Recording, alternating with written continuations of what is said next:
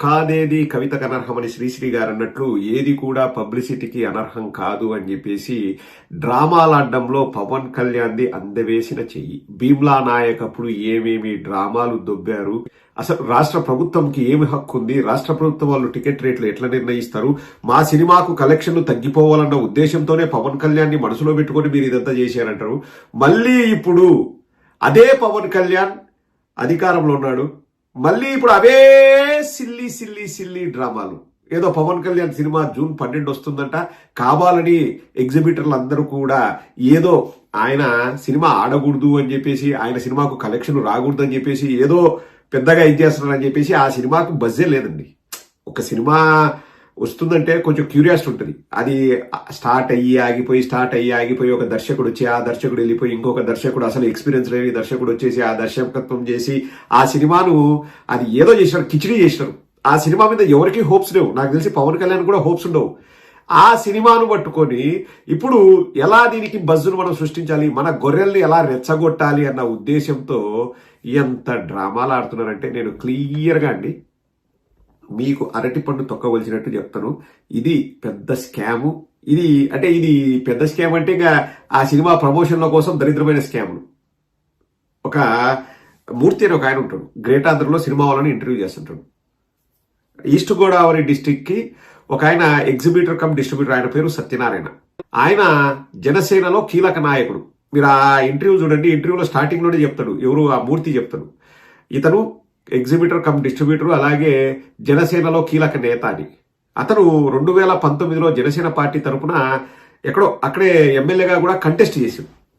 అతను ఆ ఇంటర్వ్యూలో క్లియర్గా మాట్లాడుతూ, డేట్ గుర్తుపెట్టుకోండి, మే 13, మాకు షేర్లు ఇవ్వాలి, ఈ థియేటర్లలో మాకు షేర్స్ ఇవ్వాలి, అంటే ఇది వచ్చిన ఇన్కమ్ లో రెంటల్ పద్ధతి వద్దు, రెంటల్ పద్ధతిలో మీరు మాకు చాలా తక్కువ డబ్బులు పే చేస్తున్నారు కాబట్టి పర్సంటేజ్ పద్ధతిలో ఇవ్వాలి, మల్టీప్లెక్స్లకు అయితే పర్సంటేజ్ పద్ధతి ఇస్తున్నారు, సింగిల్ స్క్రీన్ ఏం పాపం చేసింది అన్నట్లు అతను ఇంటర్వ్యూలో మాట్లాడారు. ఆ ఇంటర్వ్యూ అంతా కూడా దాని గురించే, ఎగ్జిబిటర్ల కష్టాలు దాని గురించి మాట్లాడాడు. అప్పుడు అతను సూత్రప్రాయంగా చెప్పాడు, ఇవి మాకు డిమాండ్స్, మా డిమాండ్స్ ఒప్పుకోకపోతే మేము 1వ తేదీ నుంచి థియేటర్లు క్లోజ్ చేసుకోవాల్సిన పరిస్థితి, మాకు వేరే ఆప్షన్ లేదు అని చెప్పేసి. హరిహర వీరమల్లు అనే సినిమాను ఎప్పుడు వాళ్ళు రిలీజ్ చేస్తామని ఆ డేట్ అనౌన్స్ చేసింది ఎప్పుడంటే మే 16. నేను చెప్పడం కాదండి, ఇదిగోండి filmfare.com. Pawan Kalyan starrer Harihara Veeramallu's new release date is out అని మే 16వ తేదీ ఒక ఆర్టికల్ వచ్చింది. Upcoming film Harihara Veeramallu starring actor Pawan Kalyan is slated to release on new date June 12. First ఎప్పుడో మే 9 అనుకున్నారంట, అది పోయింది, తర్వాత జూన్ 12 అయింది. సో ఎగ్జిబిటర్లు అనే వాళ్ళు ఎప్పటి నుంచో వాళ్ళు ప్లాన్ చేస్తారు, మాకు కష్టాలు ఉన్నాయి, మా కష్టాన్ని సార్ట్అవుట్ చేయాలని. వాళ్ళు మేము 1వ తేదీ నుంచి మేము ఈ బంద్కు వెళ్లే అవకాశాలు ఉన్నాయని చెప్పిన తర్వాత వీళ్ళు డేట్ రిలీజ్ చేసి, ఎవరు ఆ చెప్పింది కూడా జనసేన నాయకుడే.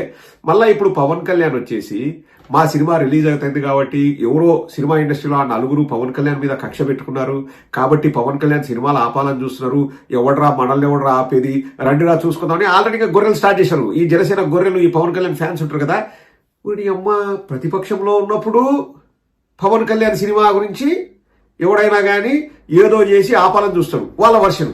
వీళ్ళ అధికారంలో ఉన్నప్పుడు కూడా పవన్ కళ్యాణ్ సినిమాని టార్గెట్ చేసి ఆ సినిమాకి ఏమన్నా బజ్ ఉందండి, మిమ్మల్ని అడుగుతున్నా, మీరు ఆనెస్ట్గా గుండెల మీద చేసుకొని మీరు కింద కామెంట్ రాయండి. అంటే మీరు పవన్ కళ్యాణ్ ఫ్యాన్ అయినా నేనేం పెద్ద ఫీల్ అవ్వను, రాయండి, ఆనెస్ట్గా రాయండి. నేను పవన్ కళ్యాణ్ ఫ్యాన్నే. ఏది ఒకప్పుడు ఈ సినిమాకు అంటే కొన్ని పాటలు రిలీజ్ చేసిన ఒక్క పాటకు కూడా ఊపు లేదు. ఇప్పుడు పాట బాగుంది అనుకోండి, దాని గురించి చర్చ జరుగుతుంది సోషల్ మీడియాలో. మొన్న జూనియర్ ఎన్టీఆర్ హృతిక్ రోషన్ సినిమా, ఆ సినిమా ట్రైలర్ వచ్చినప్పుడు సోషల్ మీడియాలో దాని గురించి చాలా ఎక్కువ మాట్లాడారు, అది ఒక బజ్ క్రియేట్ అవుతుంది. కానీ పవన్ కళ్యాణ్ ఏమైనా వస్తుంటే వాళ్ళ ఫ్యాన్స్ వాళ్ళు చూసింది ఒక 10 సార్లు చూసి ఏదో యూట్యూబ్లో ఇన్ని మిలియన్లు అన్ని మిలియన్లు అని చెప్పుకోవడానికి చూసినారు తప్పితే పబ్లిక్లో ఎక్కడ దాని గురించి మాట్లాడుకోవట్లేదు. దానికి ఎలా పబ్లిసిటీ తీసుకురావాలి? ఇప్పుడు ప్రభుత్వ పెద్దలు రంగంలోకి దిగారు. ఏది వాళ్ళ సినిమాటోగ్రఫీ మంత్రి కందుల దుర్గేష్ స్వయంగా మాట్లాడుతున్న మాటలు చూడండి, ఇంకా అంతకంటే దరిద్రం ఇంకోటి ఉంటుందా? ఒక్కసారి వినండి. ఇలాగ ఒక మంచి వాతావరణం నడుస్తున్నప్పుడు ఇప్పుడు సడన్ గా థియేటర్లు మూసివేత అనేటువంటి అంశం తెర మీదకి రావడం అనేది ఎందుకు జరుగుతుంది? దీని వెనక ఏమైనా కారణాలు ఉన్నాయా? అది కూడా రేపు జూన్ 12వ తారీఖున పవన్ కళ్యాణ్ గారి సినిమా రిలీజ్ అవుతున్న సందర్భంలో ఎందుకు ఈ రకమైన వాతావరణం వచ్చింది? అదే సందర్భంలో ఒకవేళ మీరు థియేటర్లు మూసివేయాలనేటువంటి నిర్ణయం కానీ తీసుకున్నట్లయితే ఆ నిర్ణయాన్ని అసలు మీరు ముందు ఎవరితో చర్చించి ఆ నిర్ణయానికి రావాలి, కానీ ఎకాయికి థియేటర్లు మూసివేత అనేటువంటి తీవ్రమైన నిర్ణయానికి రావడానికి మీకు దోహదం చేసినటువంటి కారణాలు ఏంటి, ఇవన్నీ తెలియాల్సిన అవసరం ఉంది. కనుక ఈ విచారణ చేపట్టడం అనేటువంటిది కార్యక్రమాన్ని మేము తీసుకోవడం జరిగింది. విచారణ చేపడుతున్నారంట. ఈ థియేటర్ స్ట్రైక్లు అనేది అది కూడా పవన్ కళ్యాణ్ సినిమా రిలీజ్ అవుతున్న సందర్భంలోనే ఎందుకు చేస్తున్నారనేది లోతైన విచారణ చేస్తారంట. ఏంది లోతైన విచారణ చేసేది? పుట్టగోశ. వాళ్ళు ఎప్పటి నుంచో అది మాట్లాడుకుంటున్నారు. మీ సొంత జనసేన నాయకుడే గ్రేట్ ఆంధ్ర ఇంటర్వ్యూలో 13వ తేదీ మే 13వ తేదీ మేము 1వ తేదీ నుంచి స్ట్రైక్ చేసే అవకాశం ఉంది అని చెప్పేసి ఆయనే చెప్పాడు. మాకు ప్రాబ్లమ్స్ ఉన్నాయని ఆయనే చెప్పాడు. వాళ్ళు మాట్లాడుకున్నారు. ఇంతకుముందు మీరు ఏమన్నారు నాయన?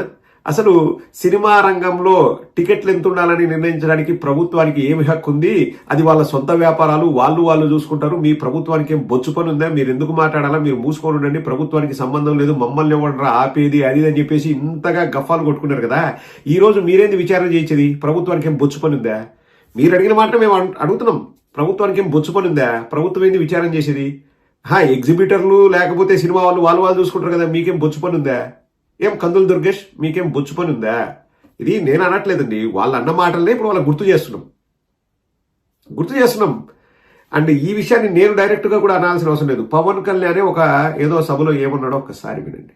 సినిమాలు వేరు, రాజకీయాలు వేరు, సినిమాల్ని రాజకీయాల్ని ఒకటి చేయకండి అని చెప్పేసి ఈ రోజు వాళ్ళ సినిమాటోగ్రఫీ మంత్రి చేత ఎగ్జిబిటర్లు ఇలా ఎందుకు చేశారు, అలా ఎందుకు చేశారు, హరిహర వీరమల్లు రిలీజ్ అయ్యేటప్పుడు ఎందుకు చేశారు, ఇందులో కుట్ర ఉంది, పుట్టగోశ ఉంది, ఇవన్నీ మాట్లాడాల్సిన అవసరమే ఉంది.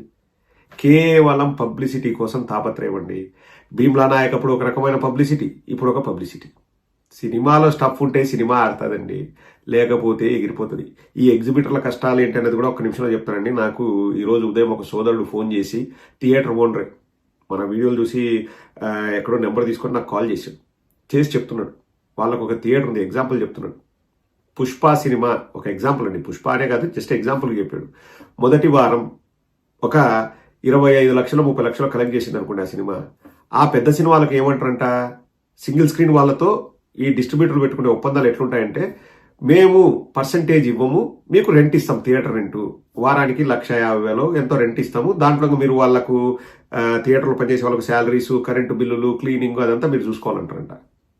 సో మామూలుగా పర్సంటేజ్ ఉంటే 25 లక్షలు 30 లక్షలు కలెక్ట్ చేసింది అనుకోండి, ఒక 30% ఇచ్చినా వాళ్ళకు 9 లక్షలు వస్తుంది. ఎందుకంటే పెద్ద సినిమాలే ఎక్కువ రష్తో ఆడేది, చిన్న సినిమాలు ఆడవు. కానీ అప్పుడు మాత్రం రెంటల్ అంటారంట. పోనీ వాళ్ళకు తక్కువ కలెక్షన్స్ వచ్చాయనుకోండి, అప్పుడు పర్సెంటేజ్ అంటారంట. ఇప్పుడు ఉదాహరణకి అతనే చెప్పాడు, వాళ్ళ థియేటర్లో మిషన్ ఇంపాసిబుల్ సినిమా వేసారంట. 3 రోజులే ఆడిందంట, 4 రోజు నుంచి జనాలు కూడా రాక అసలు షోలే వేయలేదంట. 3 రోజులు కలిపి 15,000 రూపాయలు డబ్బు వచ్చిందంట. ఏది? మిషన్ ఇంపాసిబుల్కి. ఓ 2,000 3,000 జీఎస్టీ పోతే 12,000 మిగిలితే 6,000 ఇస్తామంటారంట థియేటర్ వాళ్ళకి. వాళ్ళు ఎట్లా బతుకుతారు? సో పెద్ద సినిమాలకేమో రెంటల్ పద్ధతిలో తీసుకుంటా ఉంటారంట డిస్ట్రిబ్యూటర్స్, చిన్న సినిమాలకేమో అవి డబ్బులు రాకపోతే మాత్రం పర్సంటేజ్ అంటారంట. 2 రకాలుగా మేము నష్టపోతున్నాము. అలా కాకుండా పెద్ద సినిమాలకు కూడా పర్సంటేజ్ ఇవ్వండి మాకు అని చెప్పి సింగిల్ స్క్రీన్ వాళ్ళు ఎప్పటి నుంచి అడుగుతున్నారు. అది ఎప్పటి నుంచి అడుగుతున్నారు అనే దానికి ఆధారం వీళ్ళ జనసేన నాయకుడు సత్యనారాయణ అతను, తూర్పుగోదావరి జిల్లా అతను డిస్ట్రిబ్యూటర్ అతను ఈ గ్రేట్ ఆంధ్ర మూర్తితో మాట్లాడిన ఇంటర్వ్యూగా సాక్ష్యం. వీళ్ళ రిలీజ్ డేట్ కంటే ముందు మాట్లాడుకున్నారు. అది వీళ్ళ రిలీజ్ డేట్ ఎప్పుడు వచ్చింది? మే 16 వచ్చింది. అది ఇప్పుడు 20 సార్లు పోస్ట్ పోన్ అయిందిలేండి. ఏది? ఆ హరిహర చిట్టిమల్లు 20 సార్లు పోస్ట్ పోన్ అయింది. ఇంకా కుట్రాడుంది. అంటే వీళ్ళ సినిమా కోసమే ఏదో జరుగుతుందని చెప్పేసి దిల్ రాజు గారిని తిడుతున్నారు ఇప్పుడు వీళ్ళ ఫ్యాన్స్ అంతా. ఆ రోజు దిల్ రాజుతో అన్నాడు కదా, మీరు రెడ్డి మీరు తేల్చుకోండి అని. నీ సినిమా తీసింది దిల్ రాజు కదా, ఏం ఈరోజు దిల్ రాజు శత్రువు అయిపోయినాడా? ఆ నలుగురు ఎవరో వీళ్ళని ఏదో చేస్తారంట. మొత్తం పబ్లిసిటీ అండి.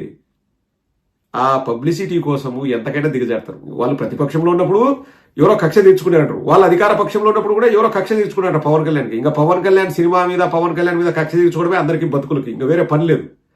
అప్డేట్ అవ్వండిరా, ఏం బతుకులు రా నాయనా ఇవి. ఒక సినిమా పబ్లిసిటీ కోసం దాన్ని లేపడానికి ఎన్నో ఇబ్బందులు పడుతున్నారు.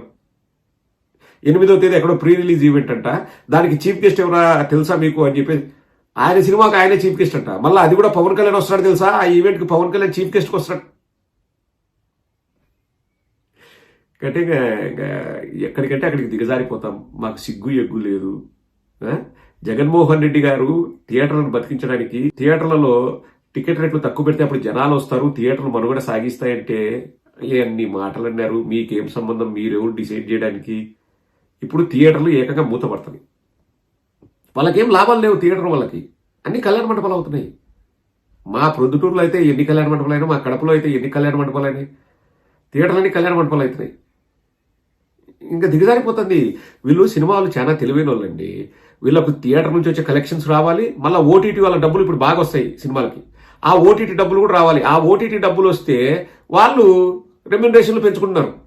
కానీ థియేటర్ వాడికి ఏం లాభం జరుగుతుంది? థియేటర్ వాడికి నష్టం కదా. పోనీ థియేటర్ వాడికి నష్టం జరుగుతుంది, థియేటర్ వాడిని ఏదైనా ఆదుకున్నట్టే లేదు మీకు పెద్ద సినిమాలు అయితే రెంటల్ బేసిస్లోనే ఇస్తాము, చిన్న సినిమాలు అయితే ఆడ ఏం కలెక్షన్ అవుతే అప్పుడు పర్సెంటేజ్ తీసుకుందాము. ఇది అంట వాళ్ళ డీలింగ్. అది వాళ్ళు హ్యాపీగా లేరు అని చెప్పేసి వాళ్ళు మాట్లాడుతుంటే ఈ మధ్యలో దూరి హరిహర వీరమల్లు, హరిహర చిట్టిమల్లు, ఈ సినిమా ఉంది కాబట్టి కుట్ర జరుగుతుంది. ఏం వేరే పనే ఉండదా? పవన్ కళ్యాణ్ అడుగుతున్నా, ఒక ఉప ముఖ్యమంత్రి పొజిషన్లో ఉండి ప్రజలకు ఏదైనా మంచి చేయాల్సింది పోయి సిగ్గు లేకోకుండా నా సినిమా ఇట్టన అంత సినిమా అయిపోయింది, బతుకంతా సినిమానే. ఏం కర్మనో ఏమో, ఆంధ్ర రాష్ట్ర ప్రజలకు ఇటటోళ్ళు మంత్రులు అవుతున్నారు, ఇటటోళ్ళు పరిపాలన చేస్తారు. కర్మరా నాయన.